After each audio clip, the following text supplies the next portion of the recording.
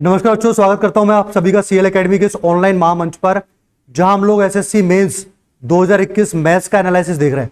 इससे पहले का जो सेशन था वो भी काफी लोगों ने देखा और काफी लोगों के कमेंट्स भी आए कि सर क्वेश्चंस का लेवल पता पड़ा था कि मेंस के अंदर मेंस लेवल का नहीं था, पर जो क्वेश्चंस आए थे वो आए थे। तो आप में से कोई भी स्टूडेंट जो सेंट्रल लेवल की तैयारी कर रहा है उन सभी को पता होना चाहिए कि रिसेंटली कौन से क्वेश्चंस आप लोगों से एग्जाम में पूछे आ रहे हैं।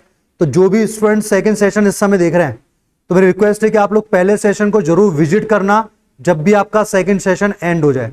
तो अभी सेशन को शेयर करना ना भूलें। तो हम लोग स्टार्ट कर रहे हैं। ये जो क्वेश्चन था, ये क्वेश्चन आपको मैंने पिछले सेशन में भी करने के लिए दिया था। इसका पैटर्न भी आपको मैंने बताया था किस तरीके से करना है। आपको बस मैंने कैलकुलेशन करने के लिए बोला था कि कैलकुलेशन आपको करनी है। तो कुछ लोगों ने की भी और कुछ लोगों ने छोड़ दी। तो देखिए, जो स्टूडेंट्स क्वेश्चंस को छोड़ेंगे वो एग्जाम में भी क्वेश्चन छोड़ने वाले। कैसे करना है क्वेश्चन, देखो। सबसे पहली बात, इसका मतलब समझे। इसका मतलब क्या है? इसका मतलब है 99 प्लस 11/99। ये मतलब इसका, जैसे कहीं लिखा हुआ है 2 सही 1/3, तो इसको हम लोग पढ़ते हैं ना 3 दूनी 6 और 1 7/3। क्यों पढ़ पाते हैं? क्योंकि इसका मतलब होता है 2 + 1/3। तो 3 × 2 कितना आएगा? 6, 6 और 1 7, तो यह आएगा 7/3। उसी तरीके से 99 99 सही 11/99 का मतलब है 99 + 11/99। तो उसी तरीके से यहां से क्या मिलेगा? यहां से मिलेगा सर 99 + 13/99। तो सबसे पहले आप ये पहचानो कि 99 कितनी बार आ रहा है, क्योंकि 99 जितनी बार आएगा सीधे सीधे वो मल्टीप्लाई हो जाएगा। तो 99 कितनी बार आएगा? तो ये नंबर्स है कितने? 11, 13, 15, आगे 17 आएगा, 19 आएगा, कहां तक है? 67, 67 तक। तो ये सारे के सारे ऑड नंबर्स हैं, सभी क्या है? विषम संख्या है। तो विषम संख्याओं की काउंटिंग कैसे करोगे? 11 से लेकर 67 तक कितनी विषम संख्या है, कैसे पता करेंगे हम लोग? अगर सर ऐसे होता 1 से लेकर 5 तक कितनी विषम संख्या है, तो 1, 3 और 5 3 विषम संख्या है। पर यहां तो 11 से लेकर 67 तक आपको ऑड नंबर्स पता करने पड़ेंगे। तो ये क्वेश्चन केवल कैलकुलेशन का क्वेश्चन नहीं है। इस क्वेश्चन के थ्रू आपको काफी चीजें पता लगने वाली हैं। ध्यान दें सभी एक बार। सबसे पहले पता करो कि 11 से 67 तक विषम संख्या कितनी है। कैसे पता करना है, ध्यान देना। अगर मैं आपसे पूछता हूं कि 1 से लेके 50 तक ऑड नंबर्स कितने हैं, तो आप कहेंगे सर 1 से लेके 50 तक विषम संख्या है केवल 25 है। विषम संख्या हमेशा आधी होती है।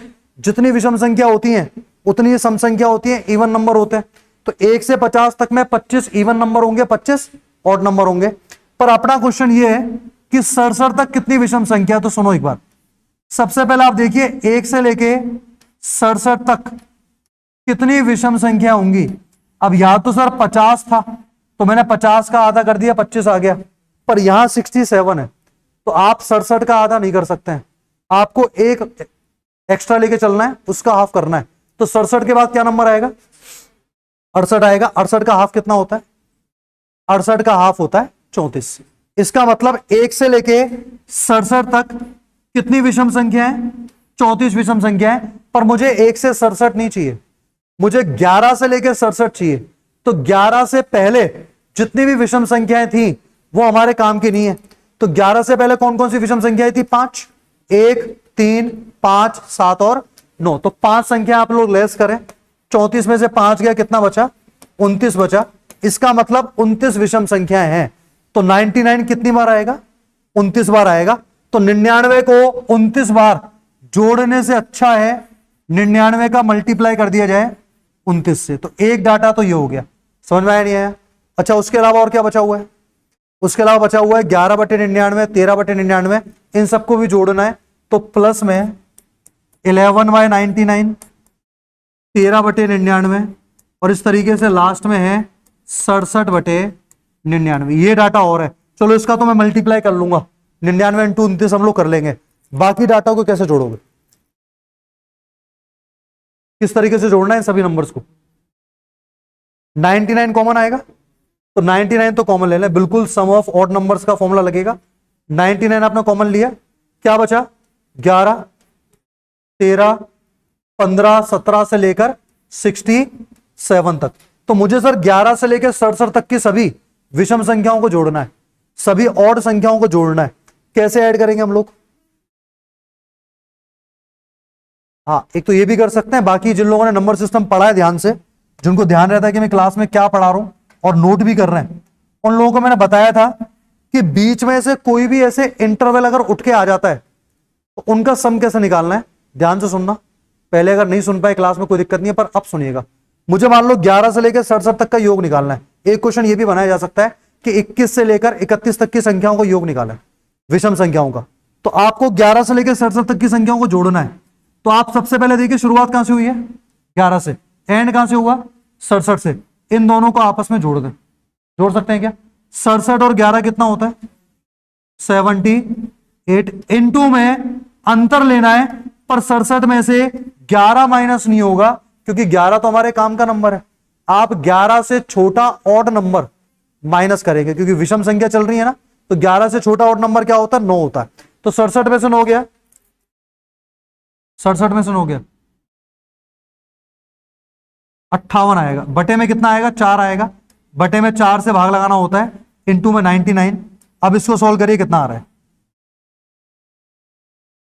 इसको सॉल्व करो एक बार, कितना आ रहा है, 78 इंटू 58 डिवाइड में 4 गुणा 99। और एक कैलकुलेशन ये थी 99 इंटू 29। आप 3 से काट सकते हैं इसको, 3 से 33 बार कैंसिल होगा।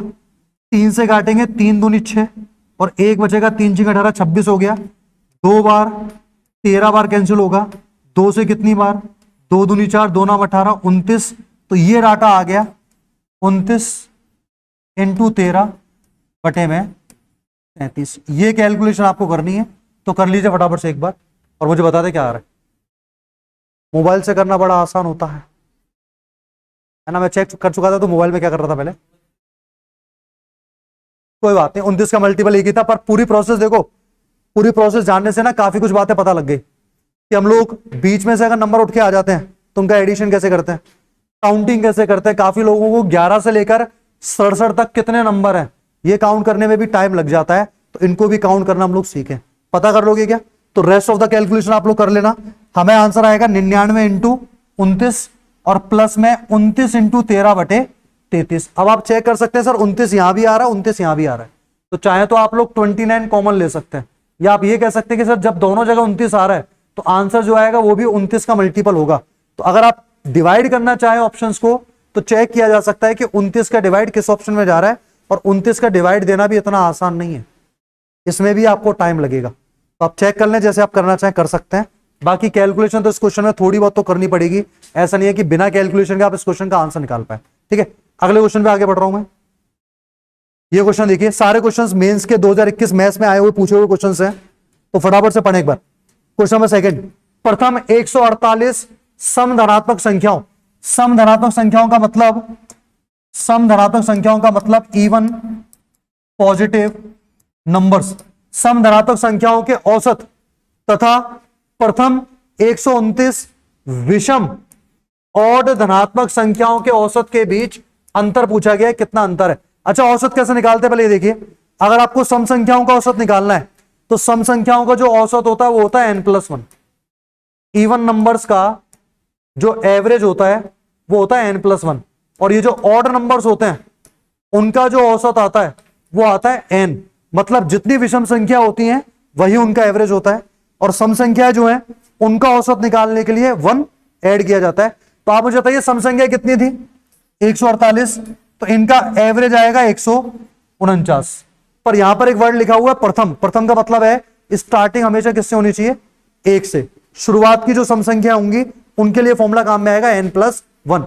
विषम संख्या कितनी है, 129, तो इनका एवरेज कितना आएगा, 129। अंतर कितने का आ रहा है, 20 का। ऑप्शन नंबर बी आपका आंसर है। फॉर्मूला बेस्ड क्वेश्चन था, बिल्कुल भी टाइम टिकी क्वेश्चन नहीं है। फिर से ट्रिग्नोमेट्री। क्वेश्चन नंबर 3 देखिए फटाफट से एक बार।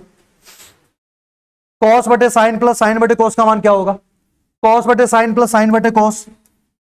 क्वेश्चन दिखते ही करना स्टार्ट कर दिया करें, क्योंकि एग्जाम में, मेंस के अंदर या किसी भी एग्जाम में इतना टाइम नहीं होता कि आप उसको पहले निहारो क्वेश्चन को बैठ करके। साइन इंटू कॉस, एलसीएम आ गया इसका, साइन इंटू कॉस अगर एलसीएम आ गया, मुझे बताइए साइन से साइन कैंसिल होगा, क्या बचेगा, cos, cos into cos, cos into cos होगा आपका कॉस स्क्वायर, कॉस से कॉस कैंसिल होगा, sine into sine, sine square, sine square plus cos square क्या होता है, sine square plus cos square 1 होता है, ये सभी को पता है। तो आंसर आ गया 1 बटे साइन इंटू कॉस, साइन का उल्टा कॉस एक, और कॉस का उल्टा sec cos x sec. Option number B पूछा गया क्वेश्चन है मेंस के अंदर 2021। क्वेश्चन नंबर 4 देखिए, पहले सेशन में भी हम लोग क्वेश्चंस कर चुके हैं और एक सेशन में आपका लूंगा जिससे कि आपका पूरे पेपर का एनालिसिस हो जाए। डीआई के क्वेश्चन सबसे लास्ट में करेंगे हम लोग। डीआई भी काफी इजी पूछा गया था पर कुछ क्वेश्चंस कैलकुलेटिव थे, पता लग जाएगा लास्ट तक 100 के 100 क्वेश्चंस का एनालिसिस होने वाला है। एक शंकु की तिर्यक ऊंचाई, शंकु का मतलब होता है कोण और तिर्यक ऊंचाई होती है एल, लेटरल हाइट। आप सभी को पता है कोण की जो शेप होती है वो कुछ इस तरीके से होती है जिसमें बेस में क्या बनता है, सर्किल बनता है। रेडियस को मैंने आर मान लिया, ये हाइट है और ये है लेटरल हाइट तिर्यक ऊंचाई, इसको हम लोग एल मान के चल रहे हैं। क्वेश्चन क्या कह रहा है, क्वेश्चन कह रहा है कि तिर्यक ऊंचाई 20 है, इसको सर आप लोग 20 मान लीजिए, 20 दिया हुआ है। इसके आधार का क्षेत्रफल, आधार का क्षेत्रफल क्या होगा, पाई आर स्क्वायर, क्योंकि बेस जो है वो एक सर्किल है तो सर्किल का एरिया होता है पाई आर स्क्वायर। ये कितना दिया हुआ है, 616। शंकु का वक्र पृष्ठीय क्षेत्रफल यानी कि C S A, curved surface area पूछा गया है जो कि पाई आर एल होता है। Curved surface area pi R L होता है। फटाफट से आंसर बताइए।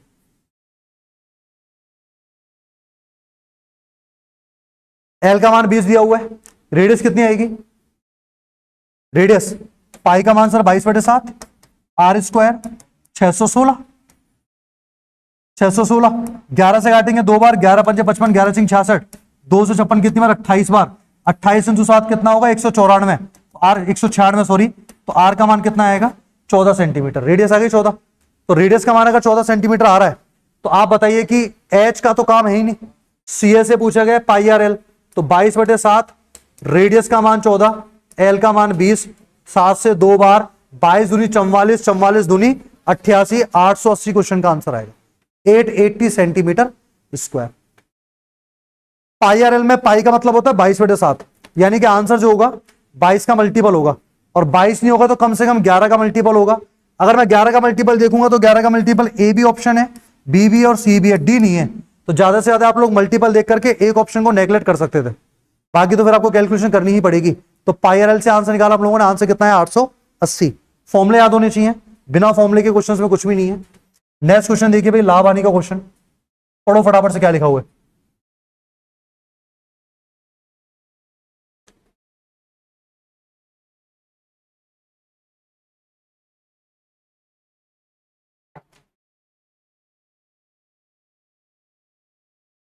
एक वस्तु को 25% की हानि पर बेचा जाता है, यदि उसका क्रय मूल्य दुगना हो जाता है, क्रय मूल्य डबल हो जाता है और सेलिंग प्राइस में 660 रुपए की वृद्धि हो जाती है तो 20% का लाभ होता है। वस्तु का वास्तविक क्रय मूल्य बताइए, एक्चुअल सीपी कितना था। जो लगता है अर्थमेटिक आती है वो फटाफट से आंसर निकाले, मुझे बोले क्या आंसर ये आ रहा है।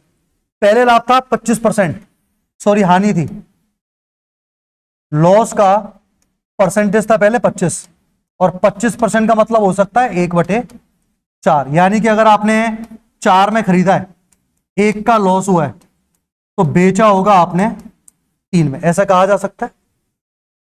आपसे बोल रहे हैं कि सीपी को मैंने डबल कर दिया और सेलिंग प्राइस में 660 रुपए की वृद्धि कर दी, अब हो गया 20% का लाभ, 20% का लाभ हो रहा है।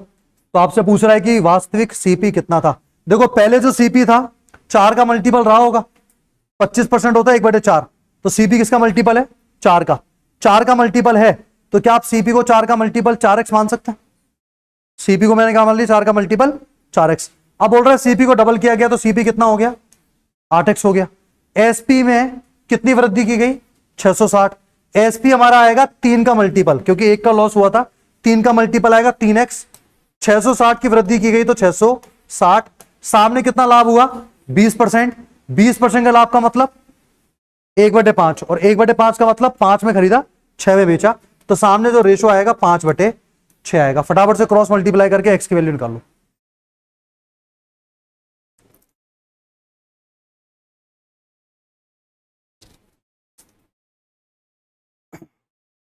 सीपी को डबल किया गया, 8x हो चुका है, 3x + 660 कितना आ रहा है, x का मान, x का मान 100 आ रहा है क्या, x का मान 100 आ रहा है तो सीपी था 4x, 4x का मान कितना आएगा, 400 आएगा। एप्रो समझ में आ रही है नहीं आ रही। 25% हानि थी, 25% 1/4 होता है, हानि का मतलब 4 में खरीदा, 1 का लॉस 3 में बेचा, 4 के मल्टीपल को 4x माना, 3 के मल्टीपल को 3x माना, सीपी को डबल किया गया, 4 का डबल 8, एसपी में 660 रुपए और जोड़े गए, तब जाके 20% का फायदा हुआ। ये 5/6 कैसे आ रहा है?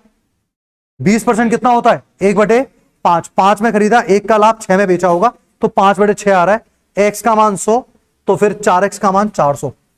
अगला क्वेश्चन देखिए आप लोग, 3D का क्वेश्चन है। घनाभ का मतलब होता है क्यूबॉइड, और आयतन यानी कि वॉल्यूम। घनाभ का आयतन दिया हुआ है 4800 सेंटीमीटर। स्क्वायर नहीं होना चाहिए, क्यूब होना चाहिए, क्योंकि वॉल्यूम हमेशा क्यूब की फॉर्म में होता है। यदि इस घनाभ की ऊंचाई 20 सेंटीमीटर है, तो घनाभ के आधार का क्षेत्रफल क्या होगा? घनाभ के बेस का एरिया क्या होगा अगर ऊंचाई 20 सेंटीमीटर? वर्बली करने वाला क्वेश्चन है। क्यूबॉइड का वॉल्यूम क्या होता है, किसी को पता है क्या? क्यूबॉइड का आयतन होता है L इंटू बी इंटू, और ये जो L इंटू बी होता है, ये बेस का एरिया होता है। भाई बेस क्या होता है इसका? रेक्टेंगल, एक आयत, और आयत का क्षेत्रफल होता है लंबाई गुणा चौड़ाई। तो L इंटू बी यही आधार का क्षेत्रफल है, और यही आपको पता करना है। हाइट की जगह पे कितना आ जाएगा? हाइट की जगह पे 20 आ जाएगा, और सामने आपको वॉल्यूम दिया हुआ 4800। कैंसिल किया जा सकता है क्या भाई? कैंसिल करेंगे तो कितना आएगा? 240 centimetre square. Option number B. मुश्किल से 10 सेकंड का भी क्वेश्चन नहीं है। जिनको पता है कि सर क्यूबॉइड का वॉल्यूम LBH होता है, वो ये बात समझ सकते हैं कि L इंटू बी जो होगा यही तो आधार का क्षेत्रफल है, और यही पूछा जा रहा है। तो शुरू में फिर 20 का डिवाइड करने में कितना टाइम लगेगा? तो 20 का डिवाइड करने के बाद 240 क्वेश्चन का आंसर आएगा। नेक्स्ट क्वेश्चन देखिए आप लोग, ब्याज का क्वेश्चन है। 12,000 रुपए की राशि 15% की दर से 3 साल के लिए साधारण ब्याज कितना होगा? अब ये भी बताने लायक क्वेश्चन है क्या? बताओ, करो बराबर से।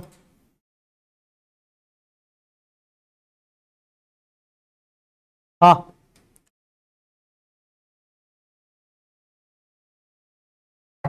15% की दर से 3 साल कैसे निकालना है? 15% की दर से अगर आप 3 साल कैसे निकालोगे, तो 15 तिया 45% ब्याज निकालना है 12,000 का। 12,000 का 40% होता है 4800। 5% कितना होगा? 600। 4800 600 कितना आएगा? 5400 रुपए। ऑप्शन नंबर बी आपका आंसर। लो भाई, ज्योमेट्री आ गई। PQR एक समबाहु त्रिभुज है। समबाहु का मतलब हम लोग पहले ही पढ़ चुके हैं। समबाहु त्रिभुज यानी इक्विलेटरल ट्राइंगल। तो PQR एक समबाहु त्रिभुज है भाई, तीनों भुजाएं सेम होंगी। त्रिभुज PQR का केंद्रक ए बिंदु है। इसका जो सेंट्रॉइड है आपको ए दिया हुआ है। यदि त्रिभुज की भुजा 12 सेंटीमीटर है, भाई ये 12 सेंटीमीटर बोल रहा है, तो आपसे पूछ रहा है PA की लंबाई कितनी है, P से लेके A तक की लंबाई कितनी है। मेंसुरेशन जिन बैच में आपको मैंने पढ़ाया है, आपको मैंने बताया होगा कि जो केंद्रक होता है वो होता है माध्यिकाओं का प्रतिच्छेदी बिंदु, इंटरसेक्शन पॉइंट ऑफ मीडियंस। तो अगर मैं इसको आगे बढ़ा दूं, तो ये माध्यिका भी बनेगी, ये हाइट भी बनेगी। और ऐसा क्यों कह रहे हैं? क्योंकि ये एक इक्विलेटरल समबाहु त्रिभुज है। तो समबाहु त्रिभुज के अंदर वही माध्यिका होती है, वही उसकी हाइट होती है, वही उसका एंगल बाइसेक्टर होता है, सब कुछ एक ही होता है। तो आपको पता होना चाहिए, अगर मैं इसकी हाइट निकालूं, अगर मैं इसकी हाइट निकालूं, तो हाइट अपॉन साइड का जो रेशो आता है वो आता है √3:2। ऊंचाई और भुजा का अनुपात होता है समबाहु त्रिभुज में √3/2। तो मुझे अगर सर हाइट निकालनी है, तो हाइट आ जाएगी √3/2 इंटू में क्या चली जाएगी? भुजा। और भुजा कितनी है? 12 है। 2 से 12 6 बार, तो 6√3। तो ये जो पूरी लेंथ आपको दिखाई दे रही है कितनी आएगी? 6√3 आएगी। पूरी लंबाई आएगी 6√3। मुझसे पूरी लंबाई नहीं पूछा गया, मुझसे पूछेगा केवल PA की लंबाई बताइए। अच्छा, PA के अंदर A कौन है? सेंट्रॉइड, केंद्रक। और ये केंद्रक की डेफिनेशन होती है कि सेंट्रॉइड जो होता है वो माध्यिका को 2:1 में बांटता है।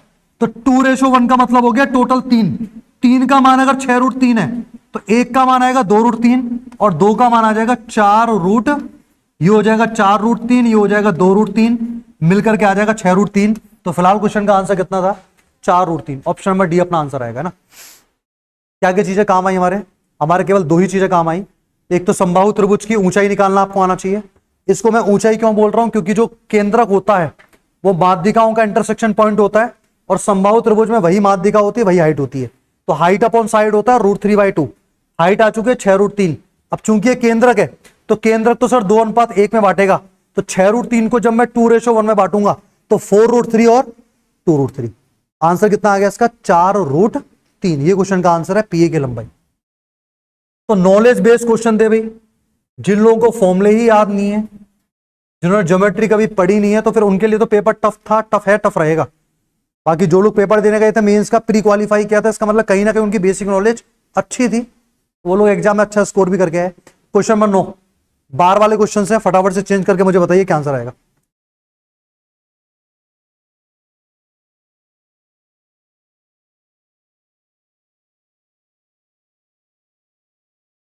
आपसे पूछा ए प्लस बी प्लस सी कितना आएगा।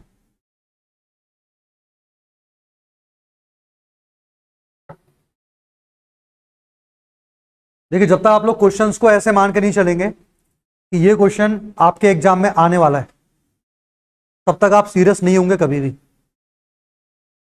और अभी अगर सीरियस नहीं हुए तो एग्जाम में सीरियस होने का कोई फायदा नहीं। तो आप लोग हर क्वेश्चन को ऐसे करोगे जैसे हमारे क्वेश्चंस में आने वाला है, एग्जाम में आने वाला है।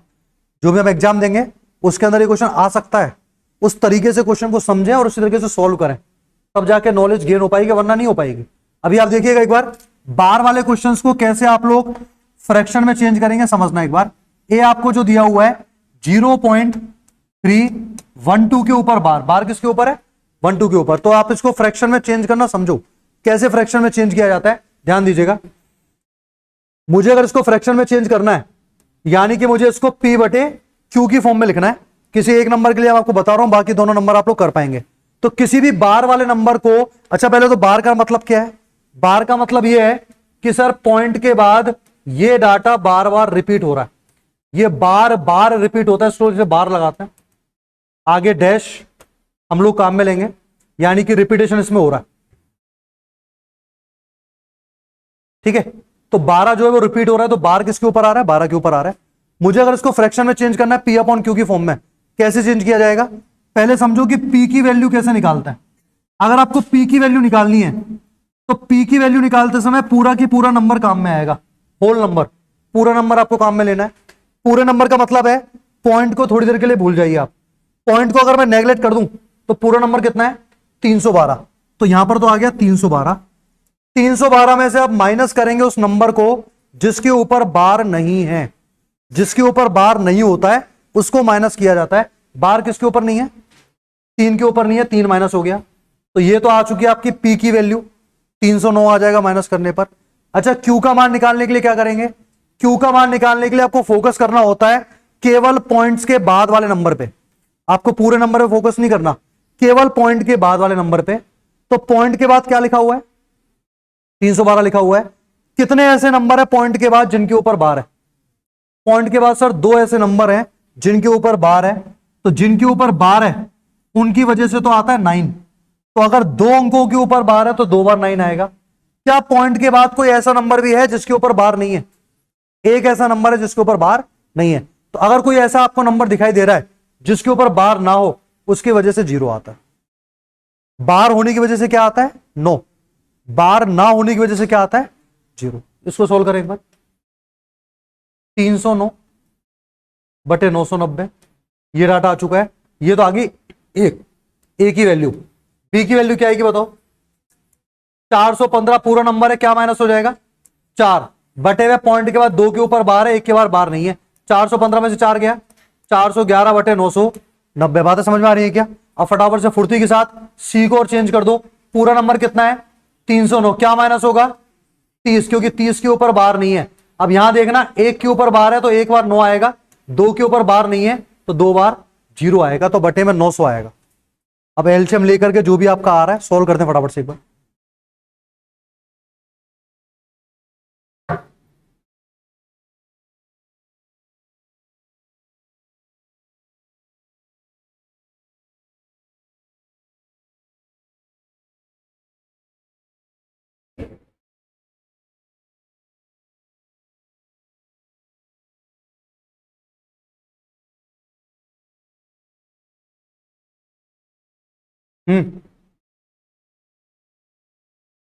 कितना एलसीएम आएगा, ए की जो वैल्यू थी वो थी 309 बटे 990, बी की जो वैल्यू है 411 बटे 990, और सी की जो वैल्यू है 309 में से 30 गया 279, 279, ठीक है। अच्छा 30 है वो, बटे में कितना आ गया, 900 आ गया। आपने क्या एलसीएम लिया इसका, एलसीएम बता दो भाई। 99 एलसीएम आ जाएगा। हाँ कोई बात नहीं, एक ही बात है, कोई बड़ा नंबर भी नहीं है, 99 कितनी बार, 10 बार, तो ये कितना हो जाएगा 3090। 99 कितनी बार, एक बार, 10 बार, और यहां डबल जीरो कैंसिल हो गए 11 बार, 11 इंटू 279, 3069। जोड़ा इन सबको आपने, कितना आया,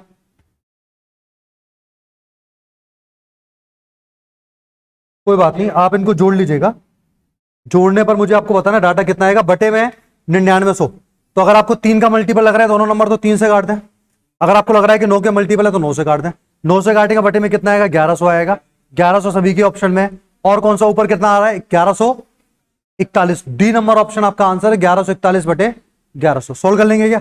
अच्छा देखिए, अगर मुझे मान लीजिए टाइम कम लगता है एग्जाम के अंदर, और मुझे ऐसा लगता है कि भाई मेरे पास टाइम कम है, पर मैं इस क्वेश्चन को करना चाहता हूं, यानी कि तुक्का लगाना चाहता हूं, कौन से ऐसे 2 ऑप्शन थे जो कभी आंसर नहीं हो सकते। 2 ऑप्शन ऐसे थे जो कभी आंसर नहीं हो सकते। एक तो ऑप्शन नंबर सी, ये आपका आंसर कभी नहीं होगा। एक ऑप्शन नंबर बी, ये दोनों ही आपके आंसर कभी भी नहीं हो सकते। क्या रीजन है इस बात के पीछे भाई। अगर हम लोग गैस कर रहे हैं तो कम से कम सिक्योरिटी के साथ करें कि भाई ज्यादा चांसेस हो। तो इन ऑप्शंस को मैं कभी भी सही नहीं मान सकता। चांसेस थे कि ए ऑप्शन आपका आंसर आ जाए, चांसेस थे कि डी ऑप्शन आपका आंसर आ जाए, और ए या डी में से भी नियरेस्ट मैं चुनता तो मैं डी को चुनता। मैं सबके पीछे रीजन बता रहा हूं ऐसा क्यों होता। सुनिएगा सभी को, है ना, ध्यान देना, मल्टीपल नहीं, आप कॉमन सेंस लगाइए। ये पॉइंट 3 है नहीं, पॉइंट 3 क्या है, कुछ ना कुछ डाटा आ रहा है, मैं इसको पॉइंट 3 ही मान लेता हूं।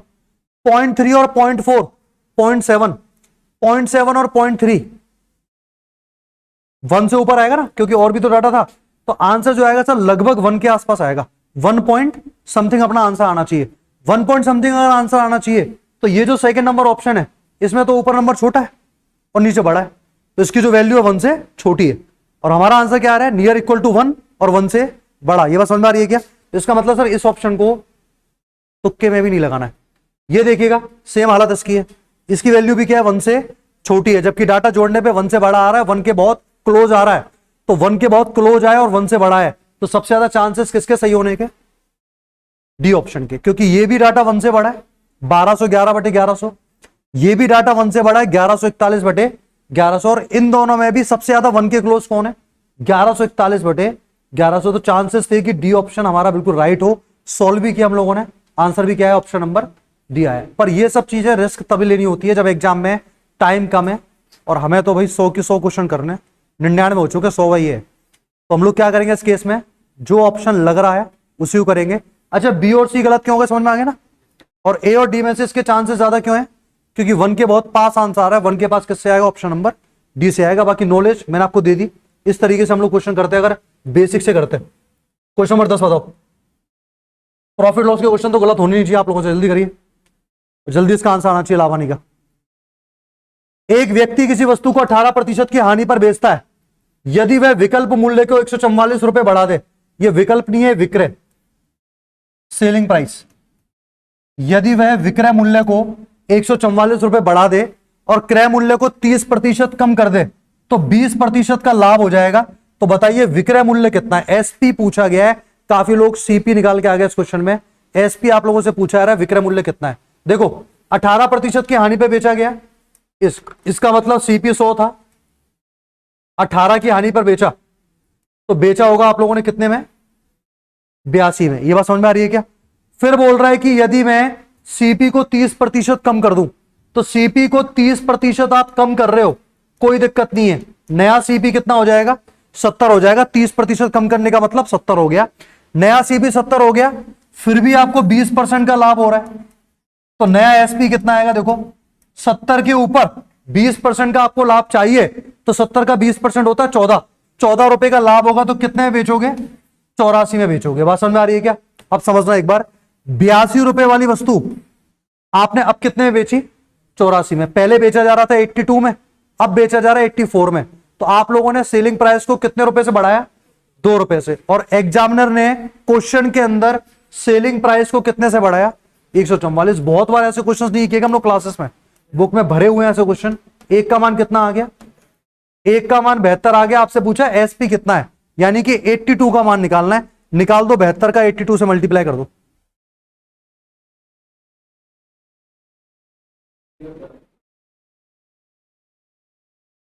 59, ये दो ऑप्शन में टाइप हो गया गलती से, किसी भी एक को सही मान लेना।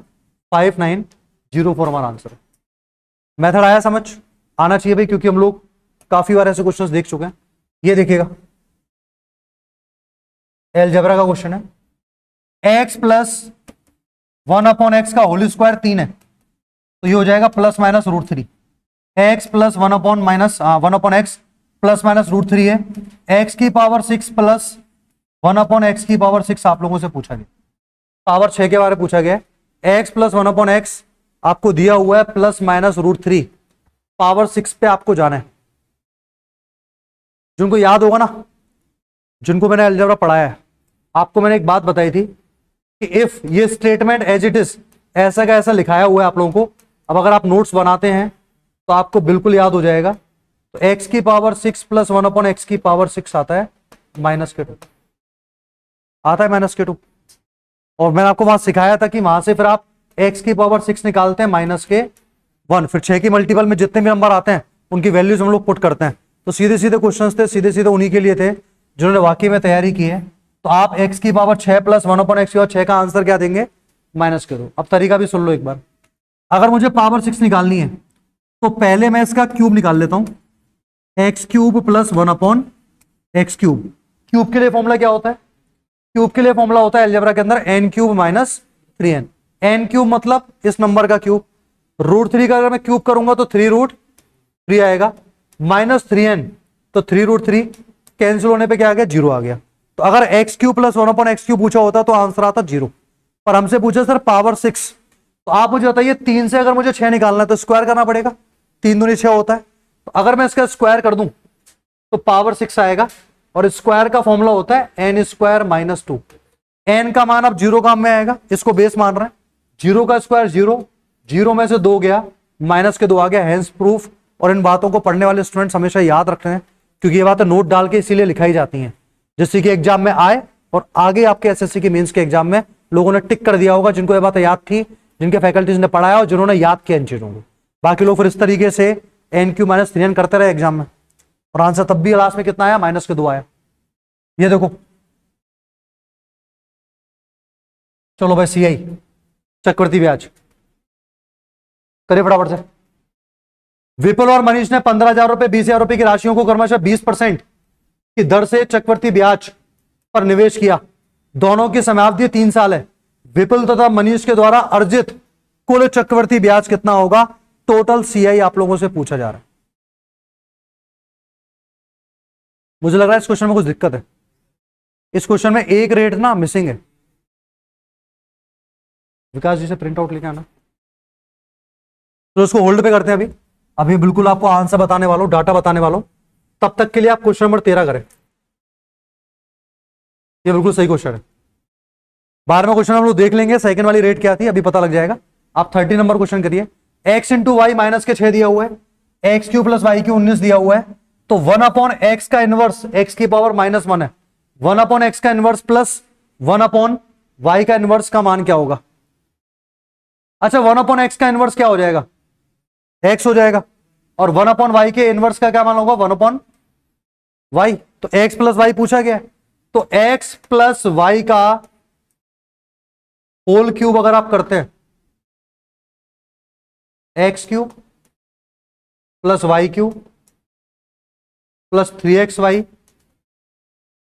इंटू x प्लस y, बनाएगा आंसर। x³ प्लस y³ कितना है? 3। xy कितना है? और इंटू में बचा x प्लस y। इसका क्या किया भाई आप लोगों ने, जो वन आंसर बोल रहे? इंटू में x प्लस y को भूल गए क्या?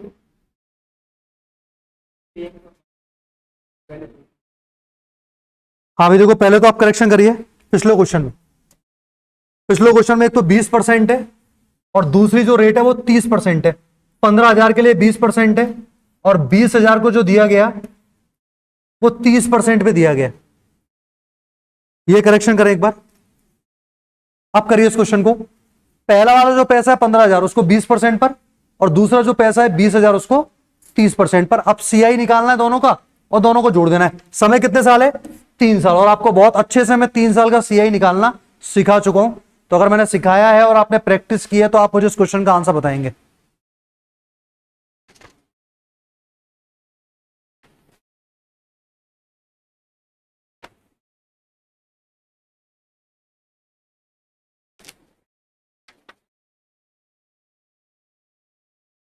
चलिए फटाफट से सीए निकालिए एक बार। 3 साल का सीए निकालने के लिए क्या करते हैं हम लोग? 3-3-1, 3-3-1 वाली स्टेप याद आ रही है? 3-3-1, तो फिर 15,000 का 20% कितना आएगा? 3,000। 3,000 को 3 से मल्टीप्लाई करेंगे 9,000। 3,000 का 20% 600। 3 से मल्टीप्लाई करेंगे 1,800। 600 का 20%, 600 का 20% भाई 120। 1 से मल्टीप्लाई करेंगे 120, कितना आ गया? 9,000 1 10,000, 10,920 आ गया। 10,920 पहले वाले डाटा से। दूसरा है सर 20,000 रुपए 30% पर, तो वही 3-3 वाला फॉर्मूला। 20,000 का 30% आएगा 6,000। 3 से मल्टीप्लाई करेंगे 18,000। 6,000 का आप लोग 30% निकालेंगे 1,800, फिर 3 से मल्टीप्लाई करेंगे 5,400। 1,800 का फिर से आप 30% निकालेंगे, कितना? 540। इसका 1 से मल्टीप्लाई करेंगे, यह आ गया 540। 18,000 और 5,000 कितना होता है? 23,000। 23,400 और 540 23,900। यह आ गया भाई। अब जोड़ दो इन दोनों को। 23,940 प्लस 10,920 कितना आ रहा है? लास्ट में 60 आ रहा है और ज्यादा बड़ा डाटा आएगा 34,860। आ गया क्या? अगला क्वेश्चन देखें आप लोग। ये बात समझ में आई ना? 3-3-1 क्यों कर रहे हैं हम लोग? 4 साल के लिए क्या करते हैं? 4 6 4 1, 5 साल तक के लिए रटाया था मैंने आप लोगों को, इसी दिन के लिए रटाया था। ऐसे क्वेश्चंस आ रहे हैं और आगे भी आते रहेंगे। 5 साल तक के लिए क्या करना है?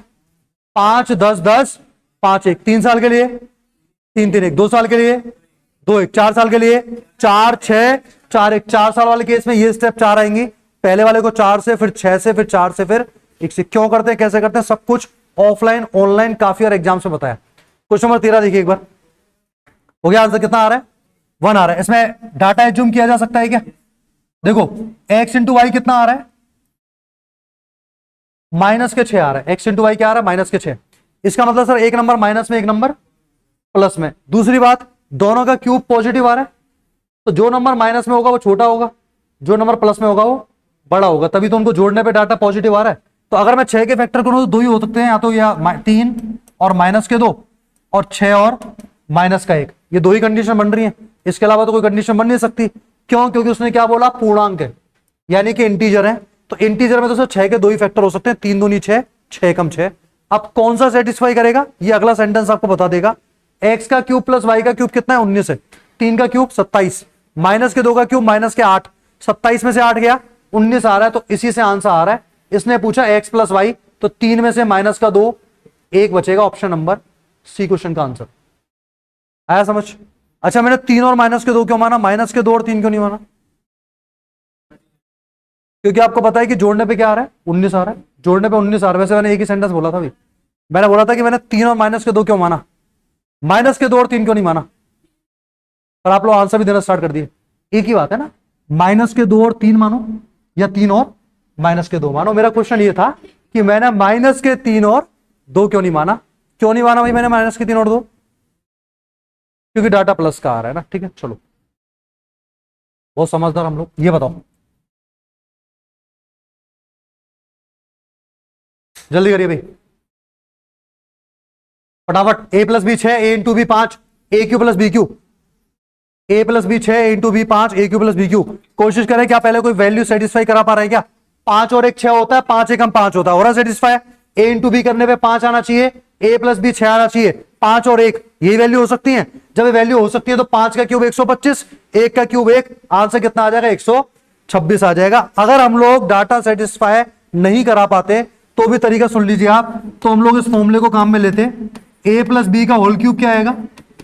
ए Q plus B cube plus 3ab into A plus B. किसी को अगर इसी तरीके से करना है बिल्कुल करिए, कोई दिक्कत नहीं है।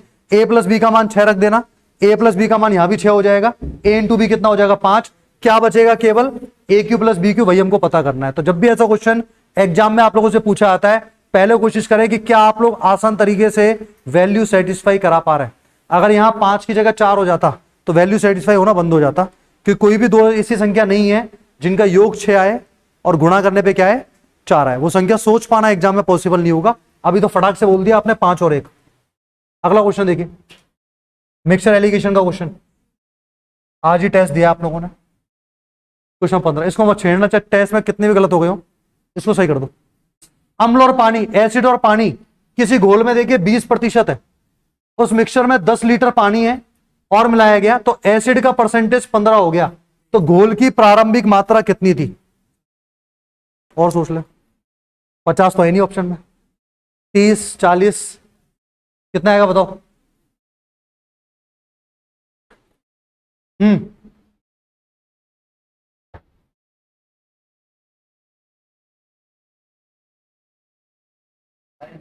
नहीं कराया?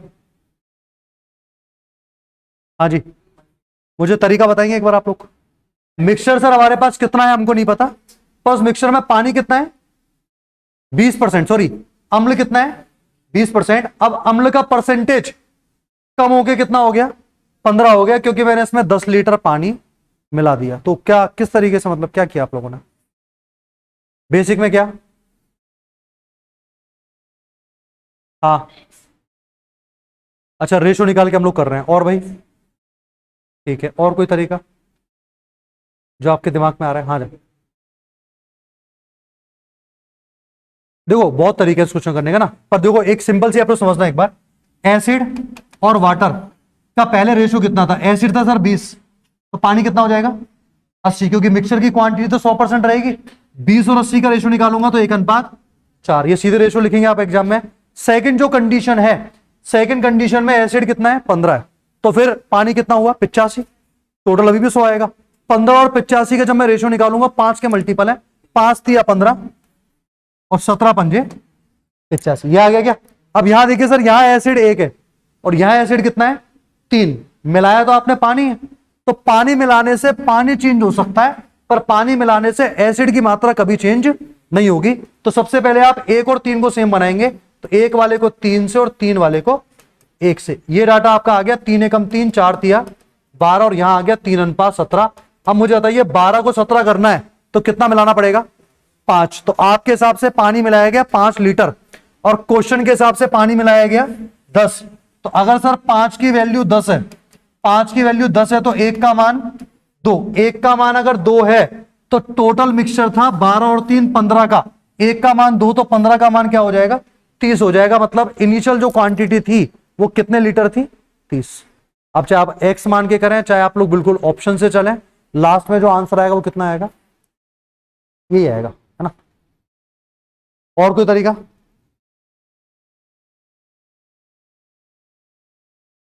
और इसमें कुछ खास नहीं है, इसमें फिर यही है, घूम फिर के या तो रेशो पे या परसेंटेज पे आप आएंगे। चलिए भाई, राजू राजू यातायात तथा भोजन पे अपनी आय का 10% तथा 20% खर्च करता है। शेष जो इनकम है उसका 30% कपड़ों पे खर्च करता है। शेष इनकम को वह बचा लेता है, उसकी बचत है 26,460। तो भोजन तथा कपड़ों पर मिला के कुल खर्चा कितना किया? बिना पेन चलाए क्वेश्चन नहीं होगा भाई, थोड़ा सा ट्राई करें आप लोग, कैलकुलेशन कहीं ना कहीं लास्ट में आपको करनी पड़ेगी। पहले कितना खर्चा किया राजू ने? राजू यातायात और भोजन पे 10% और 20%, ये बोला गया ना। तो देखो ट्रांसपोर्टेशन पे 10%, खाने पर यानी कि फूड पे कितना परसेंट 20, कितना हो गया 30, शेष कितना बचा 70। अब बोल रहा है कि शेष आएगा 30% कपड़ों पे, तो कपड़ों पे जो खर्चा कर रहा है शेष आएगा 30%, 70 का 30 कितना होगा 21, 21% कहां खर्च हो गया? कपड़ों पे खर्च हो गया 21% ना। अब देखो कुल खर्चा कितना हो गया, 30 तो पहले हो गया था, 21 बाद में हो गया। 30 और 21 कितने होते हैं 51, कितने बच गए 49 बच गए ना हमारे पास, और क्वेश्चन के हिसाब से बच गए 26,460। तो 49% की वैल्यू जो है 26,460 है। हमसे क्या पूछ रहा है? हमसे पूछ रहा है कि भोजन और कपड़ों पे कितना खर्चा किया। तो आप देखिए फूड पर 20% है, कपड़ों पे 30 नहीं है 21 है, 70 का 30% था वो, शेष का 30%। तो 20 और 21 कितने हुए? 41 हो गए। 49 का मान पता है, 41 का मान निकालना है, यही कैलकुलेशन है, कर लो फटाफट से। तो लैंग्वेज क्वेश्चन था, लैंग्वेज पढ़ी हम लोगों ने, समझी, तब जाकर के हम लोग कैपेबल हुए आंसर देने में। अभी बाकी लोगों का आंसर आ गया क्या?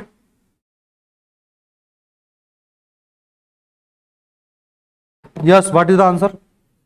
ऑप्शन नंबर डी, ठीक है।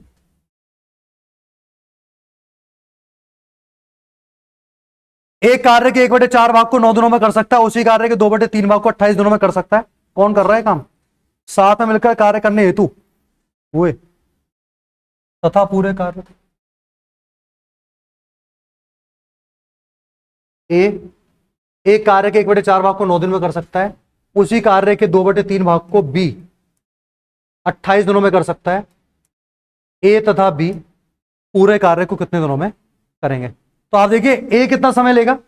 कोई बंदा सर 1/4 काम 9 दिन में कर रहा है, पूरा काम 36 दिन में करेगा। जो बी है 2/3 काम 28 दिन में कर रहा है, पूरा काम 42 दिन में करेगा। इसका एलसीएम कितना आएगा? एलसीएम बताओ पहले। 36 और 42 का 252 सभी का। अच्छा, किसी को ऐसा लगता है कि सर इसमें एलसीएम लेने में टाइम लग जाता है, और वाकई में एग्जाम में टाइम लगता है, तो आप एक काम क्या करें, जरूरी नहीं है कि पूरा की पूरा एलसीएम लें। आप सुनिए, 36 जो है 6 × 6 होगा, 36 और 42 में कॉमन क्या आ रहा है? 6 आ रहा है। ये होगा 6 × 6 और ये होगा 6 × 7, तो 6 तो आना ही है। उसके अलावा जो 6 और 7 बचा है उसको भी लिख दो भाई। अब देखिए 36 का भाग कितनी बार जाएगा? 6 × 6 से 36 कैंसिल हो जाएगा, क्या बचा? 7। 6 × 7 से 42 कैंसिल हो गया, क्या बचा? 6। 7 और 6 कितना आ गया? 13 आ गया। तो आप लोग समय निकाल सकते हैं। 13 किसके बटे में आ रहा है? 13 सर 1 के बटे में आ रहा है, तो एलसीएम तो निकालने की नीड ही नहीं थी, मतलब मल्टीप्लाई करने की नीड नहीं है। 252/13 क्वेश्चन का आंसर। नेक्स्ट 18।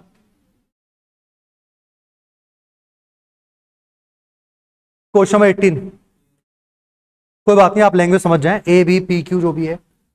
ए अकेले कार्य को 14 दिन में कर सकता है, अकेले बी उसी कार्य को 28 दिनों में कर सकता है, अकेले सी अकेले उसी कार्य को 56 दिनों में कर सकता है। वे एक साथ मिलकर कार्य करना शुरू करते हैं, अंतिम 2 दिन तक कार्य नहीं कर सकता तथा अरे यार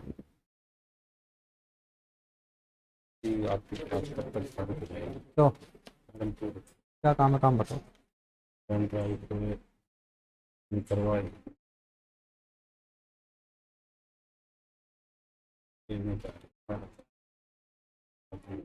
10 मिनट हो। देखिए भाई, ए कार्य कर सकता है 14 दिन में, बी कार्य कर सकता है 28 दिन और सी कार्य कर सकता है 56 दिन। ठीक है, एक साथ मिलकर कार्य करना शुरू करते हैं, इस प्रकार कार्य पूरा करते हैं कि बी अंतिम 2 दिन, बी जो है अंतिम 2 दिन कार्य नहीं करता है और ए अंतिम 3 दिन कार्य नहीं करता है, 3 दिन कार्य नहीं करता है, तो सारा कार्य कितने दिनों में पूरा हो जाएगा? ये क्वेश्चन था। करिए अब एलसीएम लो पहले, एबीसी का एलसीएम लीजिए फटाफट से एक बार। ए का मान 14 दिन, बी का मान कितना है? 28 दिन, और सी का मान कितना है? 56 दिन। अच्छा, एलसीएम तो 56 आ जाएगा। एलसीएम 56 आ गया। ए की क्षमता कितनी? 4, बी की कितनी? 2, और सी की कितनी? 1। कंबाइंड 4 और 2 6 और 1 7। क्या बोला इस क्वेश्चन ने? ए जो है वो कितने दिन काम नहीं करता लास्ट में? ए काम नहीं करता लास्ट के 3 दिन। तो लास्ट के 3 दिन अगर ए काम नहीं कर रहा है तो ए का 3 से मल्टीप्लाई कर दो, 4 तिया 12। लास्ट के 3 दिन इन्हें काम नहीं किया तो 4 तिया 12। बी ने कितने दिन पहले काम छोड़ दिया? 2 दिन। 2 दिन पहले काम छोड़ा, 2 दिन पहले काम छोड़ा, तो 2 का मल्टीप्लाई करें, 2 दूनी 4, 12 और 4 16, 56 और 16 कितने होते हैं? 56 और 16 72/7 कौन सा ऑप्शन है? ये हमारा आंसर आएगा 72/7 ना। नेक्स्ट क्वेश्चन देखिए आप लोग, 19।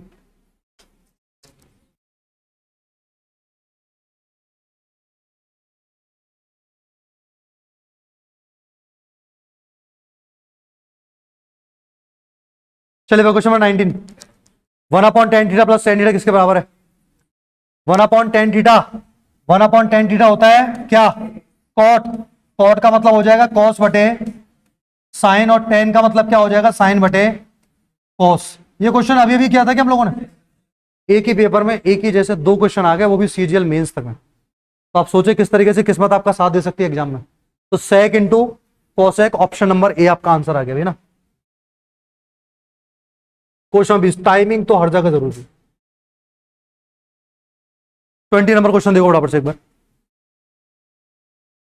ए, बी और सी 1,00,000, 1,40,000 और 2,00,000 निवेश के साथ व्यापार शुरू करते हैं। 3 महीने के बाद सी ने व्यापार छोड़ दिया। सी के व्यापार छोड़ने के 7 महीने बाद बी भी व्यापार छोड़ देता है। बी तथा सी ने अपना निवेश वापस ले लिया। वर्ष के अंत में सी को लाभ के हिस्से के रूप में 1,155 रुपए प्राप्त हुए। तो ए तथा बी के लाभों का कुल हिस्सा बताइए। करो फटाफट से एक बार। ए और बी के प्रॉफिट का कुल हिस्सा कितना है?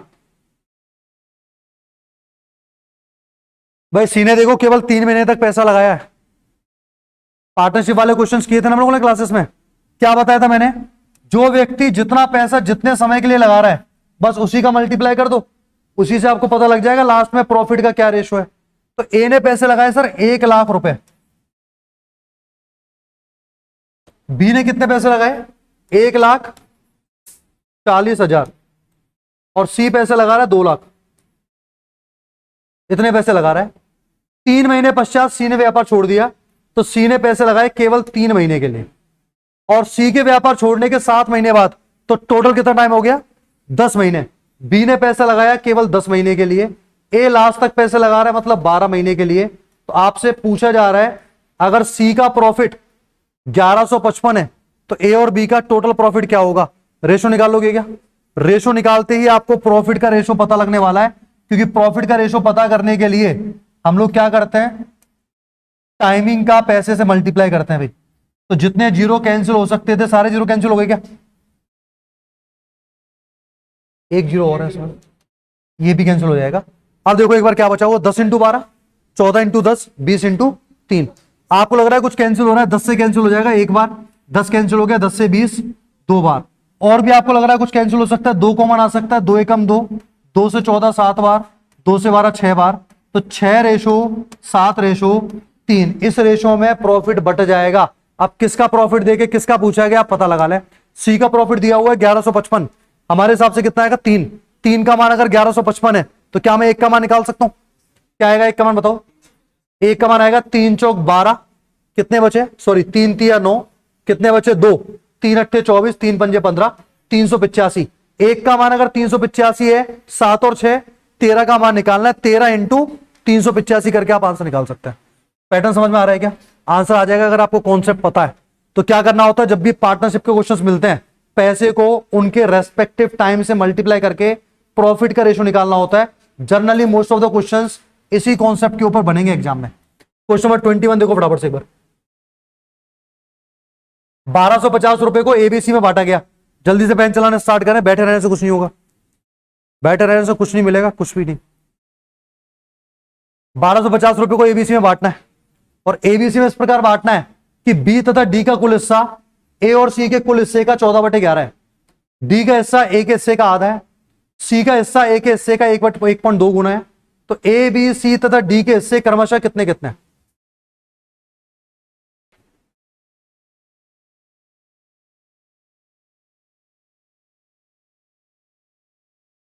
हाँ जी, डी का हिस्सा ए के हिस्से का आधा है। ऑप्शन वाइज भी तो आप लोग कर सकते हैं। क्या बोल रहा है? डी का हिस्सा ए के हिस्से का आधा है, 250 का आधा 175। तो एक ही ऑप्शन में 250 का आधा 125, सॉरी ये बी ऑप्शन भी और सी भी है। तो डी गलत हो गया और ए गलत हो गया। आंसर या तो बी में से आएगा सी में से आएगा, क्योंकि डी का जो हिस्सा है वो ए के हिस्से का आधा है। तो 250 का आधा कितना होता है? 125 होता है। बी या सी, इन दोनों में से चेक करना है। सी का हिस्सा ए के हिस्से का 1.2 गुना है, सी का हिस्सा ए के हिस्से का 1.2 गुना है। तो ये दोनों में सेम है, इससे कोई फायदा नहीं है। तो आप लोग अब एक सेंटेंस को काम में ले सकते हैं, इसको 14/11 को। बी और डी का कुल हिस्सा ए और सी के कुल हिस्से का 14/11 गुना, इसका मतलब ए और सी का कुल हिस्सा 11 का मल्टीपल है। तो चेक करिए, ए और सी को जोड़िए, 250 और 300, 250 और 300, सेम ही डाटा आएगा, कोई फायदा नहीं जोड़ने का। अच्छा, बी और डी का कुल हिस्सा किसका मल्टीपल है? 14 का मल्टीपल है बी और डी, ये रहा 575 और 125। 575 125 कितने होते हैं? तो जो 14 का मल्टीपल है वो 7 का भी मल्टीपल होगा। और 525 और 125 कितने होते हैं? तो 650 तो होता नहीं है। ऑप्शन नंबर बी आपका आंसर है। तो भाई ऑप्शन आपको क्वेश्चन में आगे बढ़ना है। कुछ बात समझ में आ रही है क्या? बी ऑप्शन क्वेश्चन का आंसर होगा। नेक्स्ट क्वेश्चन देखिए आप लोग, क्वेश्चन नंबर 22।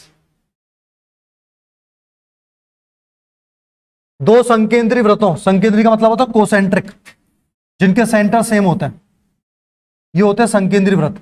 दो संकेंद्री वृत्तों के क्षेत्रफलों का अंतर 264 है। त्रिज्याओं के वर्गों का अंतर क्या होगा? रेडियस के स्क्वायर का डिफरेंस। बड़े वाले सर्किल की रेडियस को आपने कैपिटल आर मान लिया, छोटे वाले की रेडियस को स्मॉल आर मान लिया, तो पाई कैपिटल आर का square minus pi small R का स्क्वायर दिया हुआ है कितना? 264। पाई कॉमन आ जाएगा, मतलब कि 22/7 कॉमन आ गया, ये बचा R square minus R square, कितना? 264। यही तो निकालना है, R square minus R square. 22/7 को आप उधर भेज दो, बिल्कुल 84 आंसर आएगा। 84 22 से कितनी बार कैंसिल किया? 22 से कम 22 और 22 दूनी 44, 12 7 84। 84 क्वेश्चन का आंसर आ गया। ये लो भाई, coordinate geometry. The graph of the equation x equal to A is, x equal to A का जो ग्राफ बनेगा, x equal to A, x बराबर किसी कांस्टेंट के, इसका जो ग्राफ बनेगा वो किसके पैरेलल है? किससे 45 बना रहे पूछा जा रहा है। देखो सुनो, ध्यान देना, ये x एक्सेस है और ये y। अगर मुझे x इक्वल टू ए ऐसी कोई लाइन बनानी है तो कैसी बनेगी? x इक्वल टू ए इस तरीके से, ये जो लाइन है ये x इक्वल टू ए है। मान लो जी मुझे x इक्वल टू 1 बनानी है। x इक्वल टू 1 का मतलब वो 1,0 से पास होगा, और 1,0 कौन से एक्सिस पे होगा? x एक्सिस पे। तो x इक्वल टू ए जो होगा वो किस एक्सिस पर है? x एक्सिस पर। तो ये जो लाइन है वो x इक्वल टू ए को रिप्रेजेंट कर रही है। x इक्वल टू ए किसके पैरेलल है? y एक्सिस के, तो parallel to y axis. Option number C आपका आंसर आ गया। तो थोड़ा बहुत भी 1% भी कोऑर्डिनेट ज्योमेट्री अगर आता है तो आप सीधे कह सकते हैं सर ये जो लाइन है ये y एक्सिस के क्या है? पैरेलल है, समानांतर है ना। अच्छा, y इक्वल टू ए आता तो x के, अब या तो इस बात को समझ लो या रट लो, x इक्वल टू ए आता है तो y आंसर आता है, y इक्वल टू ए आता है तो x आंसर आता है। नेक्स्ट क्वेश्चन देखिए फटाफट से, 25 क्वेश्चन करेंगे, इसके बाद एक क्वेश्चन और, क्वेश्चन नंबर 24 फटाफट से देखो एक बार।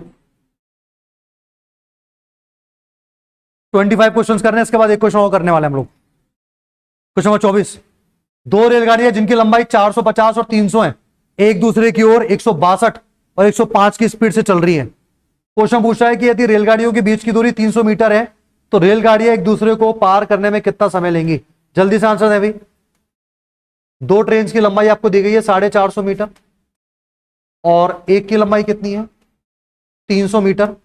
स्पीड है आपका 162 किलोमीटर पर आवर और सेकंड की जो स्पीड है 105 किलोमीटर पर आवर। दोनों के बीच शुरुआत में आपको दूरी दी गई थी, वो दूरी थी इनकी 300 मीटर। कितना समय लगेगा? टाइम पूछा गया। समय बराबर होता है दूरी बटे चाल। इस बात का ध्यान रखें आप लोग, ये बात आपको पता है, समय बराबर दूरी बटे चाल। चाल की अगर मैं बात करूं तो रिलेटिव स्पीड सापेक्ष चाल काम में आएगी। जब भी कोई दो व्यक्ति दो वस्तुएं अपोजिट डायरेक्शन में गति करते हैं स्पीड हमेशा उनकी प्लस होती है। 162 प्लस 105, 162 और 105 कितना आएगा? 267। 267 किलोमीटर पर आवर में, मीटर पर सेकंड में चेंज करेंगे तो 5/18। क्या 18 से इसमें डिवाइड जा सकता है? नहीं जा सकता ना, 3 से जा सकता है, 3 से काट लो फिर।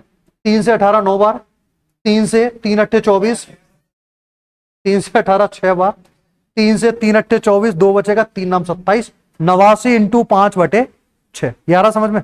चलो अच्छा, दूरी कितनी काम आएगी आप तो मुझे बताइए। मेन क्वेश्चन दूरी पे डिपेंड है। बताता हूं, बताओ फटाफट से एक बार। दूरी सारी काम में आएगी ना। बीच में दूरी कितनी थी?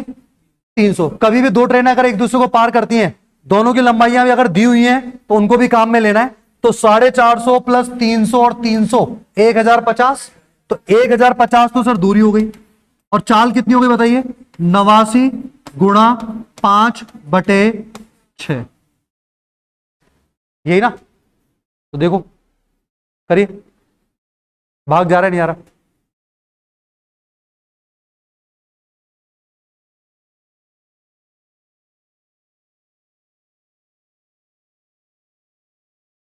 चेक करो भी एक बार, क्योंकि डाटा ऐसा ही है तो फिर आंसर तो ऐसा ही आना चाहिए।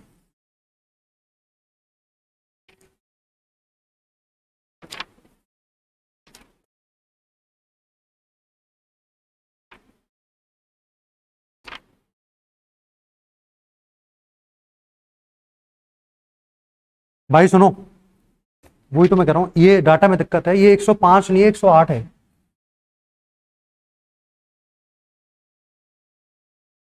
पूरी मेहनत वेस्ट, 108 है ना। कर लोगे आप, है कर लो क्रॉस एक दूसरे को, 162 108 कर ही लेते हैं फटाफट से, कितना आएगा ये 200, अब बिल्कुल आएगा, ये बिल्कुल सही है, 270 आएगा, तो 270 आएगा तो यहां 270 आएगा, और 270 किलोमीटर पर आवर है, इंटू में 5/18, अब देखो 18 का भाग जा रहा होगा, 18 का 18, 18 पंजे 90, 15 5 75, 75 आपकी स्पीड आ गई, और ये था 1050/75, 15 5 75, 15 7 105, 70/5 कितना आ गया 14 सेकंड। वही हम कहे आंसर कैसे गलत आ रहा है। चलिए लास्ट क्वेश्चन, क्वेश्चन 25। एक त्रिभुज की 3 भुजाएं 5:13:12 के अनुपात में है, पूछा गया त्रिभुज का सबसे बड़ा कोण कौन सा है। देखते कर दो फटाफट से, देखते करना है। त्रिभुज की 3 भुजाएं 5:13:12 के अनुपात में, तो आपको पता है कि ट्रिपलेट होता है 5 12 13 का होता है ना। अगर ये ट्रिपलेट है तो ट्रिपलेट किसमें लगता है, राइट एंगल ट्राइंगल में, राइट एंगल ट्राइंगल, तो आंसर कितना आ गया 90 डिग्री आपका आंसर आ रहा है। वैसे कितने क्वेश्चन थे इसमें, 30 क्वेश्चन थे भाई। पीडीएफ आपको मैं दे दूंगा 25 क्वेश्चंस का, जितने हमने में करा है। आगे आने वाले और 1-2 सेशंस के अंदर हम लोग मेंस के सारे क्वेश्चंस कर लेंगे। जिन्होंने पहला सेशन नहीं किया वो पहला सेशन भी करेंगे, जिन्होंने सेकंड सेशन लेट अटेंड किया है सारे क्वेश्चंस का एनालिसिस आपको देखना है। Thank you so much.